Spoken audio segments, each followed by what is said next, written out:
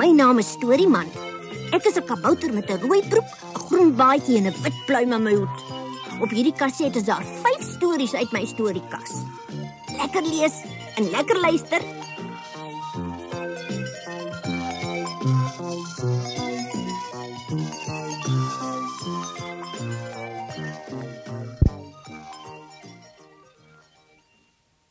Brolox en Bittergal, deel 1.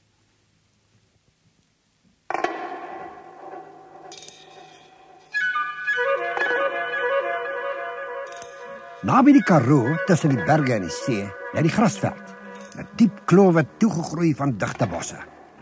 In een van hierdie klowe was 'n spelonk, waar 'n aaklige, nare ou ding gewoon het. Jy kon byna nie sê hy was 'n mens nie. Sy naam was Brolox. Hy was 'n mensvreter en 'n towenaar. Saam met hom het 'n nooitjie gewoon.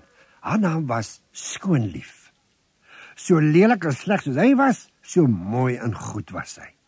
Sy was so mooi soos die water as die maan daarop skyn, en haar hart was vol liefde vir blomme en diere en kinders.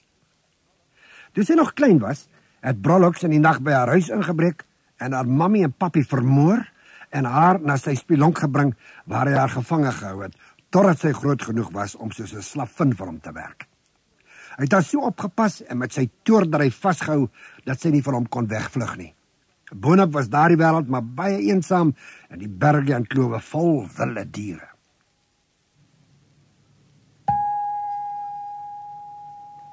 S'nags, as Brolox dink Skoonlief slaap, sit hy sy duiwelse toordery aan die gang.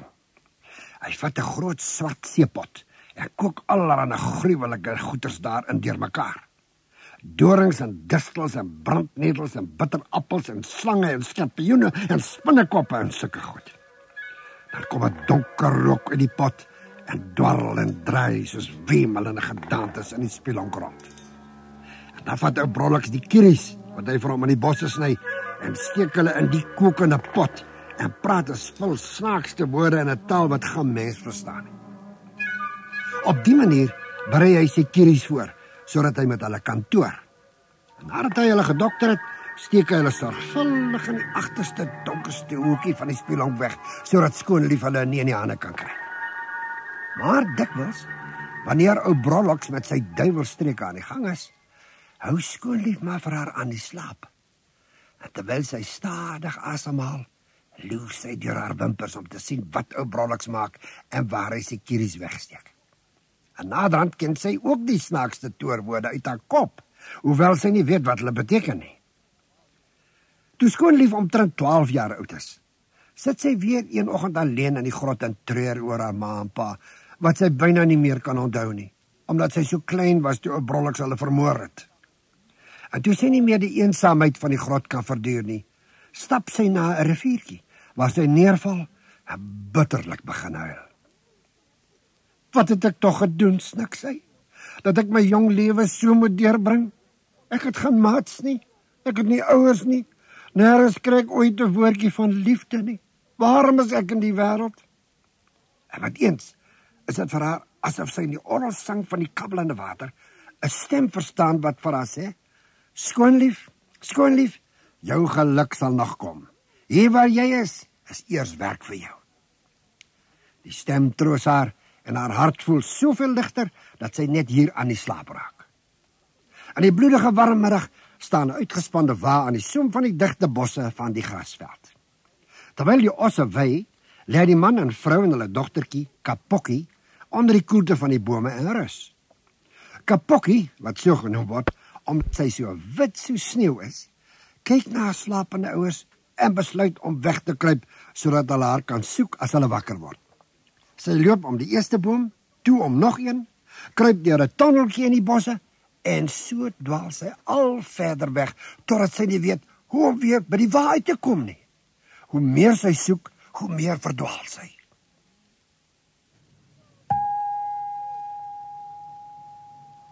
En met eens bars 'n nare ding, iets tussen 'n mens en 'n orang-oetang tussen die bome uit, gryp haar, bind haar mond toe en stap met haar oor sy skouer weg. Dit is niemand anders nie as ou Brolox, wat Kapokkie natuurlik wil braai en eet. En toe hy by sy spelonk kom en sien dat Skoonlief nie daar is nie, gooi vir Kapokkie neer, bind haar styf vas en stap bruisend buitentoe. Waar is jy, meisiekind? Kom hier of ek sny jou aan stukke, bulder hy. Skoonlief, wat steeds langs die riviertjie slaap, word wakker van die geskreeu en haas haar dadelik terug na die grot. Maar hy loop verder om haar te soek.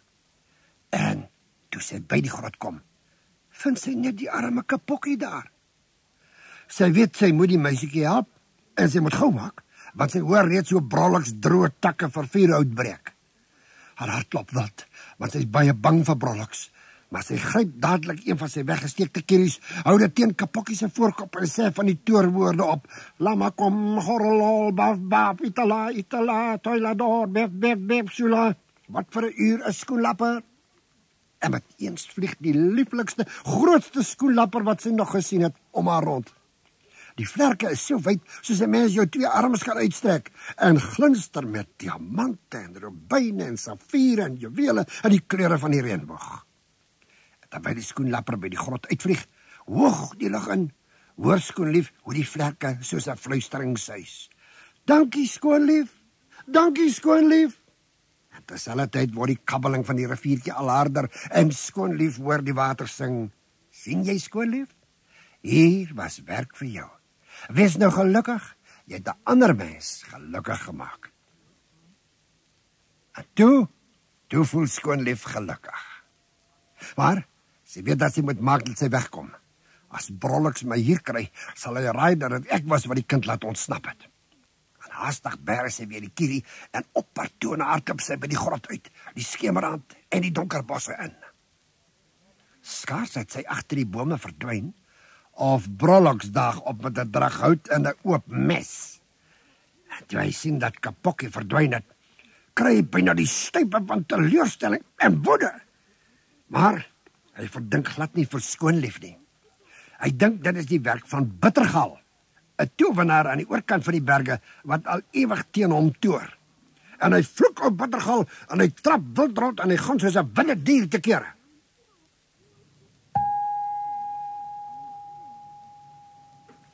Intussen het Kapokkie se ma en pa haar te vergeefs gesoek, totdat dit donker geword het. En nou moet hulle maar tot die volgende oggend wag. Die waarlike Kapokkie se man huil bitterlik. Haar man probeer haar troos. Ons sal haar môre kry, my liefste vrou. Maar sy eie hart is baie onrustig. Terwyl hulle praat, hoor hulle 'n sagte tik, tik, tik buite teen die waaseil. Maar hulle is te hartseer om hulle veel hier aan te steur. Maar die tik, tik, tik word hoe langer, hoe harder, totdat dit klink kompleet nes 'n mens wat klop. Maak tog maar die klap van die seil oop en kyk wat dit is, sê die vrou.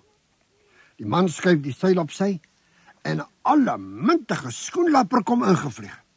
So 'n lieflike ding het hulle nog nooit gesien nie.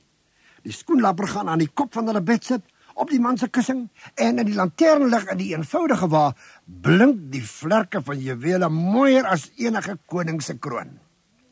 Terwyl Kapokkie se ouers verwonderd dat die pragtige skoenlapper staar, is die uur wat Skoonlief vasgestel het, meteens om. En haar dogtertjie sit voor hulle op die kussing.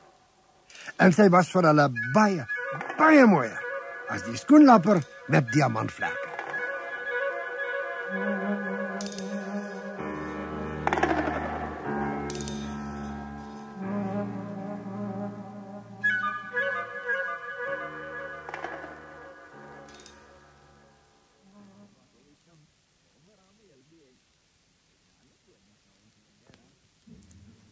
Heidi, saam in die berge.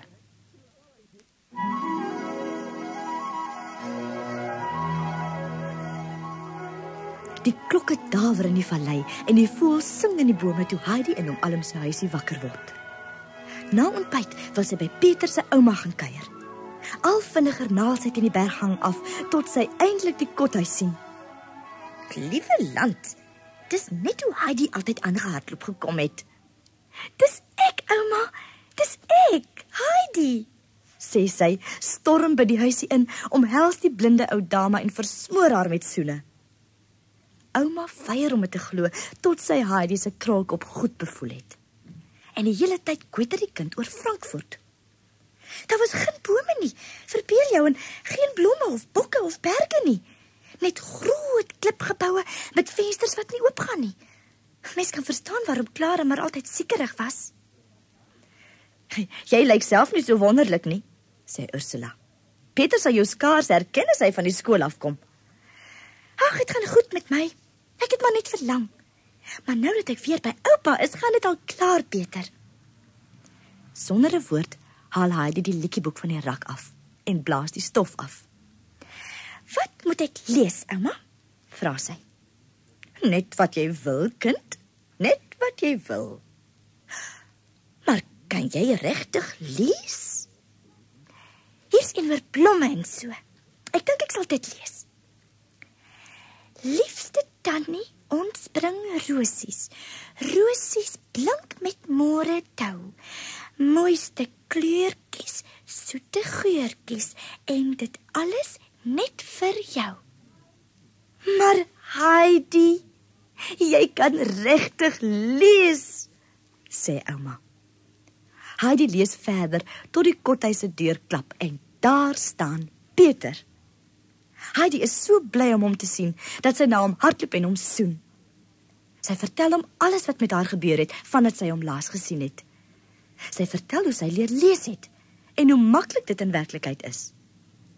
En toe Peter moet erken dat hy nog nie kan lees nie, sê Heidi, kom ons gaan môre na Arendpiek, dan gee ek jou eerste les. Ek gaan jou leer lees. Dink jy regtig jy kan my leer? Vra Peter. Natuurlik, jy sal sien. Daardie somer dwaal Heidi en Peter en die bokke hoog bo oupa se kothuis op die Alpe rond. Heidi sien weer die blomme en die voëls en alles waarna sy in Frankfurt so verlang het. Niemand in die wêreld is gelukkiger nie. Behalwe, miskien Peter. Met haar hulp, dag vir dag, leer hy lees. Eers letters, toe woorde, toe hele sinne, tot hy heeltemal goed uit ouma se liedjieboek kan voorlees.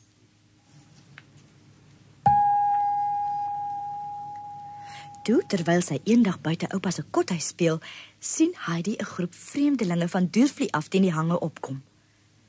Sy roep so hard dat oupa uitgehardloop kom om te kyk wat aan die gang is. Hulle het gekom! Hulle het uiteindelik gekom! Kyk, oupa, kyk!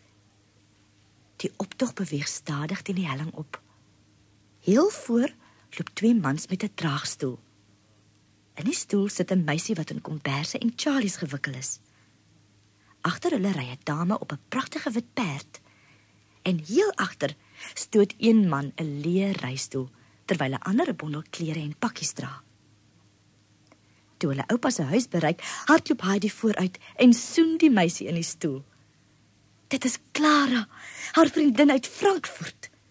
En op die perd sit Clara se grootmoeder. Wat 'n wonderlike huis het u, oom Alm, sê die ou dame en klim van die perd af.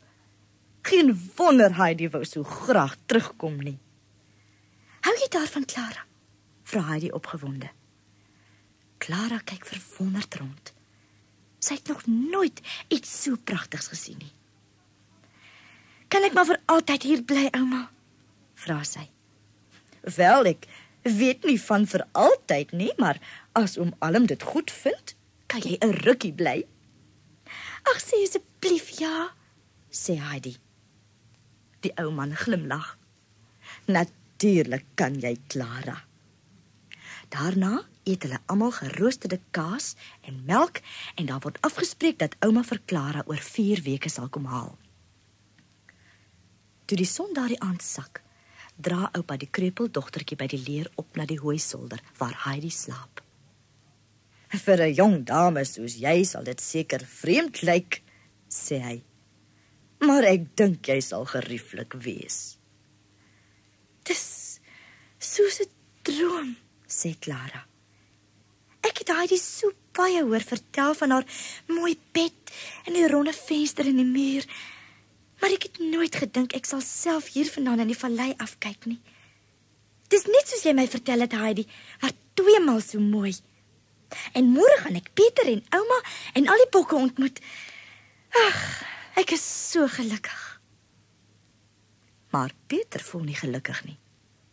Hy voel dat Heidi hom afskep en net aandag aan Clara gee. En toe hy die volgende oggend daar aankom, is dit teesinnig dat hy instem om Heidi die reistool teen die bergpaadjie te help opstoot. Hy sien hoe Heidi vir Clara al die dinge wys wat hy vir haar gewys het. En hy voel verraai. Teen die tyd dat hulle gaan sit om 'n middagete te nuttig, is Peter al so afgunstig dat hy skielik opspring, die reistool se rem losmaak en dit 'n harde stoot gee.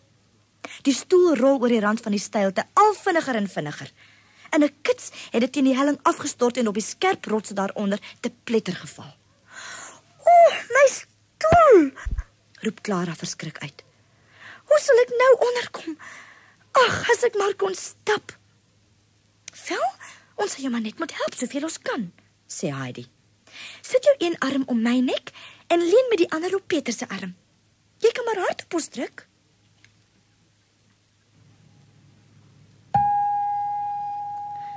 Maar Clara is nie lig nie en hulle raak gou moeg. "Sit jou voete stewig neer," sê Heidi.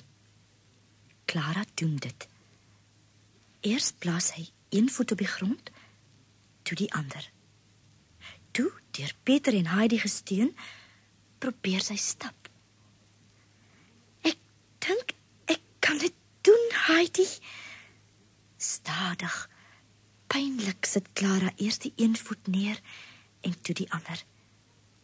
"Ek kan behoorlike tree gee. Kyk, ek gee tree." Clara hou styf aan Peter en Heidi vas. Maar sy stap. Sy kan stap. Heidi is lighoofdig van vreugde. "As oupa en ouma jou nou kon sien, nou kan ons elke dag na die berge kom." Hulle stap 'n bietjie verder en gaan sit toe om te rus. Die son skyn warm. Na die inspanning van die oggend en met die geur van die blomme in hulle neusgate, val hulle almal aan die slaap. Daar lê hulle terwyl die middagson laer sak. Later kom oupa wat intussen bekommerd geraak het daaraan. Toe hy roep, skrik Heidi wakker en hardloop na hom. "Oupa, oupa," sê sy, "Clara kan stap." "Wat? Wat sê jy, kind? Tog seker nie?" Maar hy glimlag, neem Clara se arms en moedig haar aan om 'n entjie te stap. Stadig, versigtig neem sy 'n paar tree, terwyl sy swaar op hom alm se sterk arm leun. "Dis wonderlik," sê hy, "maar ons moet dit nie oordryf nie." Hy neem Clara in sy arms en dra haar terug na die kothuis. Vroeg die volgende oggend deel oupa hulle mee dat hy aan Clara se ouma gaan skryf om haar op besoek te nooi, omdat hy iets heel besonders het om aan haar te wys. Die dae wat volg is seker die gelukkigste wat Heidi nog ooit geken het. Elke dag word Clara wakker met die wete dat sy gesonder en sterker word. Elke dag kan sy verder stap. Na verskeie dae kom daar 'n brief van ouma waarin sy sê dat sy en meneer Sesseman, Clara se vader, die volgende dag aankom. Die dag daarna sit Heidi en Clara op die bank voor hom alm se hut vir hul gaste en wag. Uiteindelik kom hulle. "Wat is dit?" vra ouma toe sy Clara sien. "Waarom is jy nie in jou stoel nie?" Heidi help haar om op te staan en Clara omhels haar ouma. Meneer Sesseman staar sy dogter net aan. Daar is trane in sy oë. "Ken papa my dan nie? Het ek regtig so baie verander?" lag Clara. Clara. Sy dogter het 'n gesonde blos op haar wange en die son het haar hare goud geblyk. Nou stap sy in die paadjie na hom aan. Hy hardloop na haar en vang haar in sy arms. "Is dit regtig jy, my skat?" "Dit is, papa. Regtig. My stoel het gebreek, toe moes Peter en Heidi my dra, maar hulle het so moeg geword dat ek eenvoudig moes stap. Ek moes." Toe sluit Heidi, oupa, ouma en Peter by hulle aan. Saam gaan hulle na Peter se kothuis om die geleentheid te vier. Hul gelag galm oor die vallei en weer klink in die berge. Oom Alm, skaam en ongemaklik in sy beste pak, sing 'n liedjie uit ouma se boek. "Jy het 'n puikstem, oom," sê ouma Seseman. "Jy behoort in die kerkkoor te sing." En tot almal se verbasing sê oupa Alm, "Is nogal 'n goeie plan, as die kerk in Deurvlie my wil hê. Ek het in elk geval daaraan gedink om hy die volgende winter daar in die skool te sit." Net Peter lag nie saam nie. Hy voel nog steeds skuldig dat hy Clara se rolstoel by die berg afgestamp het. "Kom hier, seun," sê ouma Seseman. "Kom staan hier voor my. Jy het Clara weer help stap. En jy gaan 'n beloning kry ook." "Nee," sê hy byna in trane. "Ek moes Clara help want ek het haar stoel oor die kraans gestoot omdat ek jaloers was. Heidi weet dit, maar sy het niemand vertel nie want sy is my vriendin. Maar ek weet nou dat ek 'n verkeerde ding gedoen het en ek is baie jammer daaroor." Met vrees en bewing kyk Peter na ouma Seseman. "Nou ja, dit was baie lelik van jou om die stoel af te stoot," sê ouma. "Maar dit het arme Clara in staat gestel om te stap.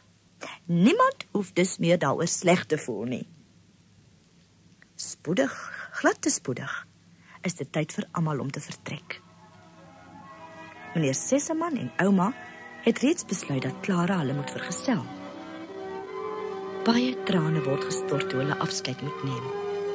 Maar ouma sê, "Die somer kom weer. En dan kan Clara weer by oom Alm en Heidi en Peter in die pragtige berge kom woon."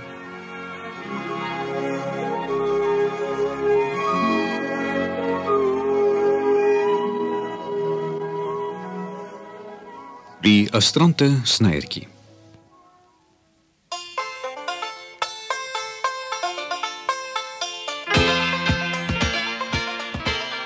Op 'n warm somermôre sit 'n snyertjie by die oop venster van sy winkel aan 'n hempenwerk. Hy is 'n doodgewone snyertjie en hy lei 'n doodgewone lewe, maar hy droom al ewig van roem en avontuur. Eendag, dink hy, gaan ek my merk in die wêreld maak. Die blote gedagte aan avontuur laat hom honger voel. Hy sny 'n stuk brood en smeer aardbeikonfyt daarop. Na een groot hap van die brood, sit hy dit langs hom neer en gaan met sy werk voort.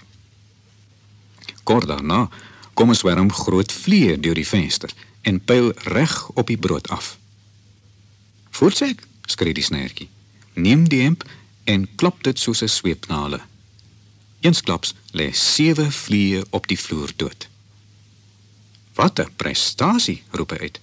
7 met 1 hou. Hiervan moet die wêreld hoor." Hy neem sy naald en gare en borduur die woorde 7 met 1 hou op sy lyfband uit. "Uitstekend," sê hy. "Nou gaan ek my fortuin maak." Toe pak hy 'n stuk brood, 'n homp kaas en 'n sag gekookte eier in sy knapsak en begin stap. Na 'n entjie kom hy op 'n mossie af wat in 'n doringbos vassit. Hy bevry die voeltjie, sit dit in sy sak en gaan verder. Terwyl hy 'n paar uur later op 'n kronkelende bergpaadjie stap, sien hy skielik 'n reuse skoen voor hom.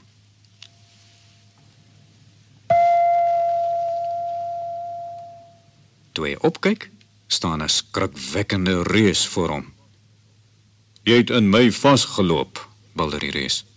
"Ek voel lus om jou plat te trap, jou ellendige klein niksie." "Wel, reus, ek is jammer ek het in jou vasgeloop," sê die snyertjie. "Maar jy moet ook nie jou groot voet in my pad laat kom nie." En hy bly uitdagend met sy hande op sy heupe staan, sodat die reus die woorde op sy lyfband kan sien. 7 met 1 hou, lees die reus. "Ek glo dit nie. Jy is dan so petiterig. Maar as jy regtig so sterk is, kyk of jy dit kan nadoen." En met die raap hy 'n groot klip op en druk dit tussen sy hande saam tot sy kneukels kraak. Eindelik versplinter die klip. Die reus laat die splinters en stof ongeërg op die grond val. Maklik, sê die snyertjie, en maak asof hy 'n klip soek. Maar, toe die reus wegkyk, neem hy die eier uit sy sak en druk dit tussen sy vingers fyn, dat die dooier so spat. Ag, sê die reus, en maak asof hy niks daarvan dink nie. Ek weet jou, jy kan nie 'n klip so ver soos ek gooi nie. En hy tel nog 'n groot rots op en slinger dit by die berg af. Maklik, lag die snyertjie. Hy haal die voël uit sy sak en gooi dit in die lug. Al hoër en hoër vlieg dit, tot dit in die takke van 'n woud verdwyn. Die reus fluit bewonderend en nooi die snyertjie huis toe om sy reuse broers te kom ontmoet. Ons kan sommer 'n bietjie brandhout ook saamneem, sê hy, en pluk met sy kaal hande 'n massiewe eikeboom uit die grond. Help my 'n bietjie. Goed, reus, vat jy die stam, dan dra ek die takke. Maar, toe die reus die stam onder een arm het, spring die snyertjie in die takke. Hy laat die reus die hele boom tot by die ingang van sy spelonk in die berge dra. Ek gaan nou my kant neersit, roep die reus. Goed, ek sit die takke neer, sê die snyertjie en spring uit. Die reus en sy broers gee die snyertjie van die beste te ete en te drinke. Na die ete kry hy 'n groot bed om in te slaap. Maar die matras is so vol bulte dat hy nie in die slaap kan raak nie. Op die ou end staan hy op en gaan lê onder die bed op die vloer. Toe die klok middernag slaan, word die snyertjie skielik deur die geluid van die reuse se stemme gewek. 7 met 1 hou, ha, ons sal hom 7 met 1 hou gee. En met die woorde begin hulle woes met hul tamaai groot knuppels op die snyertjie se matras slaan. Waar hy onder die bed opgekrul lê, is die arme snyertjie te bang om 'n geluid te maak.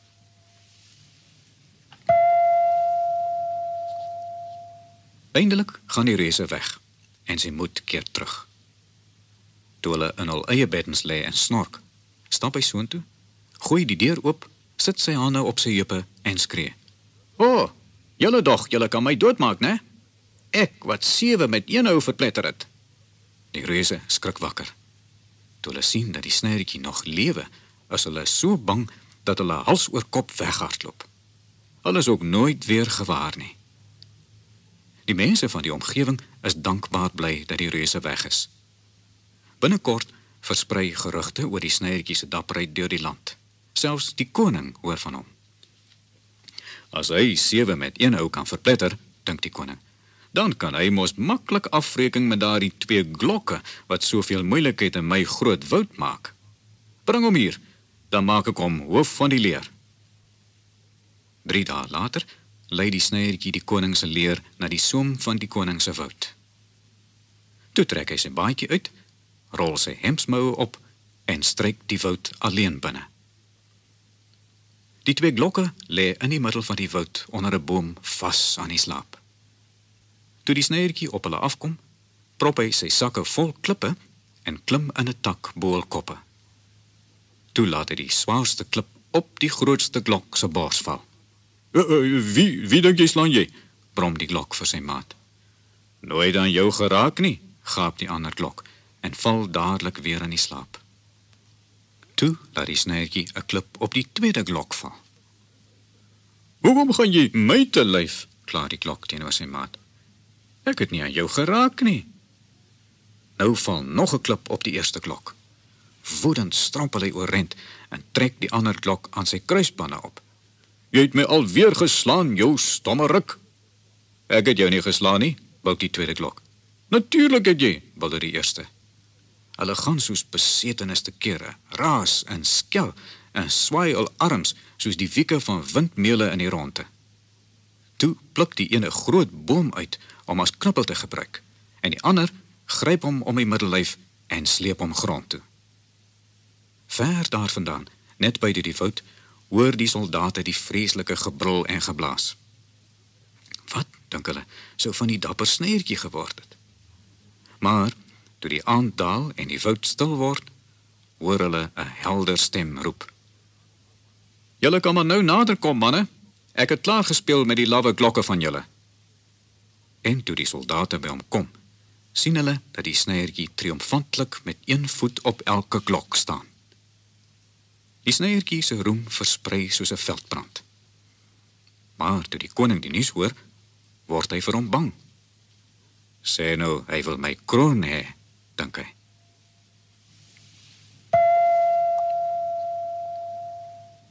Niemand sou hom kon keer nie. En hy besluit om die snyertjie na sy dood te stuur. Ek wil hê, jy moet die kwaai eenhoring gaan vang, wat so baie van my beste soldate doodgemaak het, sê hy.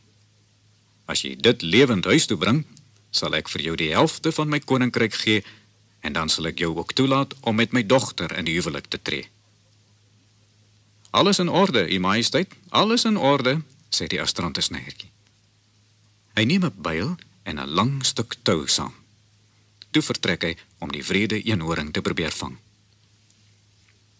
Dit is skemer toe hy in die bos kom waar die gevaarlike eenhoring woon. Siekies sluip die snyertjie deur die kreupelhout. Eers kan hy niks sien nie, maar weldra kan hy die onheilspellende gekrap van groot hoewe op die grond hoor. En skielik verskyn die eenhoring voor hom. Met 'n aaklige gerunnik laat die ondier sy kop sak en begin op die snyertjie afstorm. Al nader en nader kom hy. Sy lang, skerp horing glinster in die laaste strale van die son. Op die laaste oomblik spring die astrante snyertjie op sy en die ondier se wrede horing deurboor 'n stewige boomstam. Daar steek dit so vas dat die eenhoring dit nie weer kan lostrek nie. Die woedende ondier span al sy kragte in om die horing los te ruk. Hy worstel vir meer as 'n uur, maar gee eintlik die stryd gewonne. Toe kap die snyertjie die hout om die monster se horing los, maak die tou om die dier se nek vas en lei dit stadig na die paleis terug. Die koning skrik hom boeglam toe hy by die paleis se venster uitkyk en die vreesaanjaende eenhoring ewe rustig in sy binnehof sien staan. Maar hy skrik nog meer toe hy sien dat die snyertjie nie dood is nie. Nietemin, hy moet sy beloftes nakom. Hy gee vir die snyertjie die helfte van sy koninkryk en laat hom met sy dogter trou. In die loop van 7 jaar word 7 seuns vir die prinses gebore. En toe die ou koning sterf, word die astrante snyertjie heerser van die koninkryk. Dit het hy vir die res van sy lewe gebly. En niemand het hom ooit geplan nie.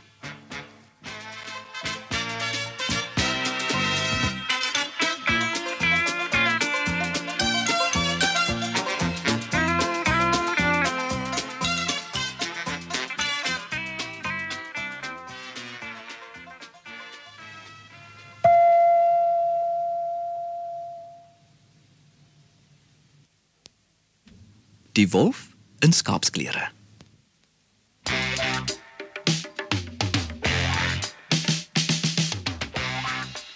Die ou wolf is erg bedruk.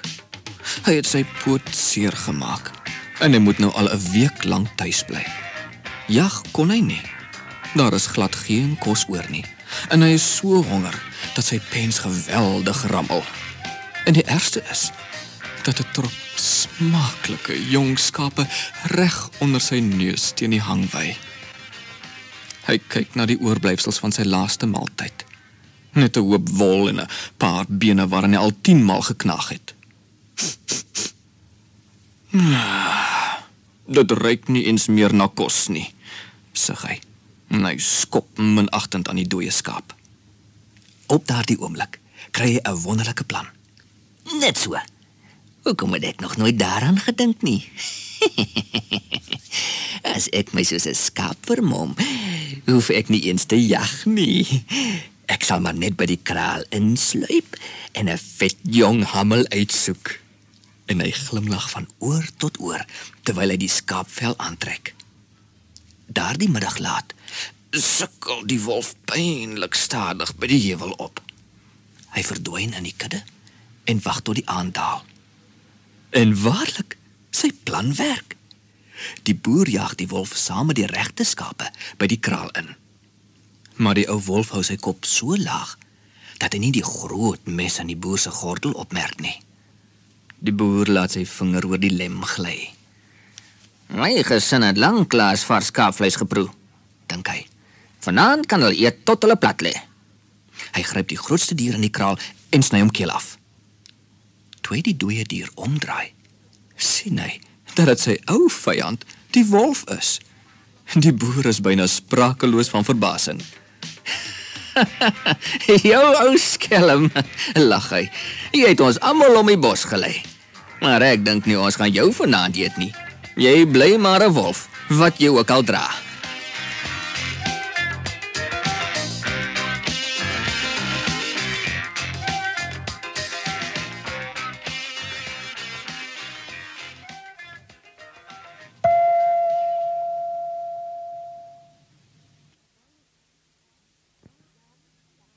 Lali se legkaart.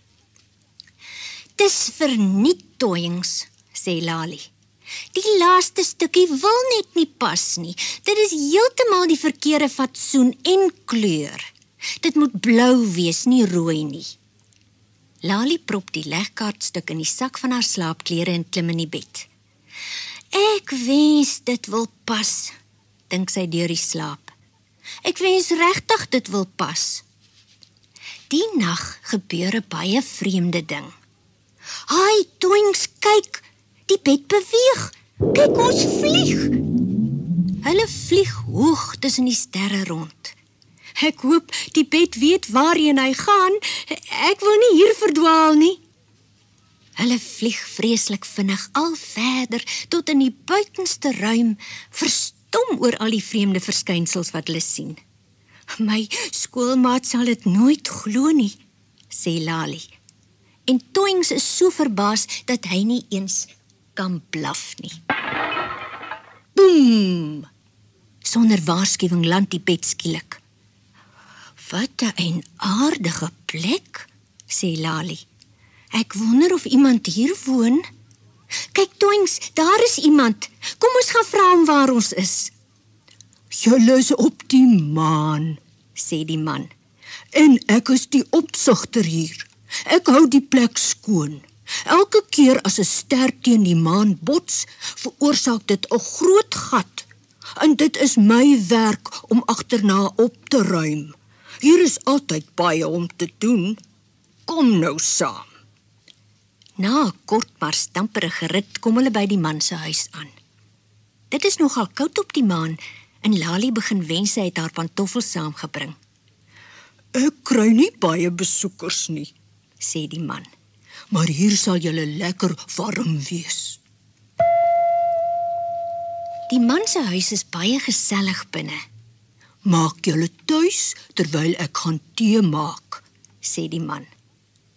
Lali hoor hom in die kombuis neurie. O, kyk Toyings, kom ons probeer hierdie legkaart voltooi. Dis baie eienaardig, sê sy. Dit kort nog net een rooi stukkie, maar die laaste stukkie is blou. Wag 'n bietjie. Lali voel in haar sak en vind die rooi stukkie van haar legkaart by die huis. Toyings, kyk, dit pas. My stukkie pas perfek in hierdie legkaart. Net toe kom die man met 2 bekers tee terug. Lali wys hom die legkaart. O, dankie, dankie. Dis wonderlik. Ek sukkel al hoe lank om dit te voltooi. Jy's baie gaaf, sê Lali. Maar ons moet regtig nou huis toe gaan. Ongelukkig het ek nie die vaagste benul om weer daar uit te kom nie. Toe maar, sê die man. Ek reken ek het net wat julle nodig het in my skuur.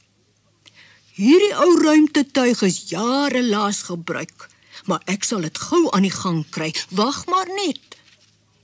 So, ja, dit behoort te werk. Maak seker dat hierdie knope almal stewig is. As ek sê, gereed, klou julle styf vas. Reg?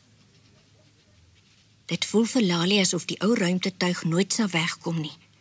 Met eens begin dit soos 'n ou haardroë ruk en skud en snel oor die grond voort, totdat dit die bed, Lali en Toyings weer eens die lug insleep. Ver in die buitenste ruimte breek die toue. "O, wag!" skree Lali, maar die man in die ruimtetuig hoor haar nie. Die bed sweef nou alleen deur die ruimte.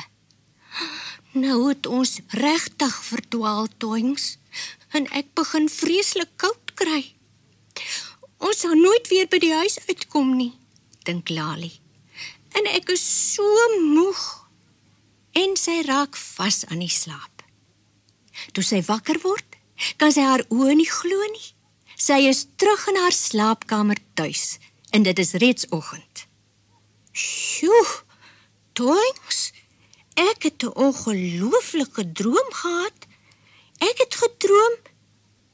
Sy bly stil en haal die legkaartstuk uit haar sak.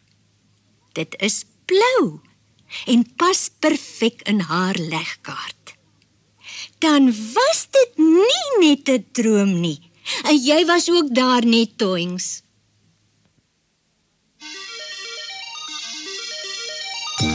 Hier is Storieman weer.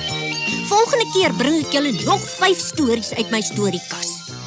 Koning Midas, Oom Stoffel eet by 'n towenaar, Prolox en Bittergal deel 2, Waldorf se ongelooflike reis deel 1, Timmertak vang 'n murgpampoen. Moet hulle nie misloop nie. Totsiens, 'n mooi bly.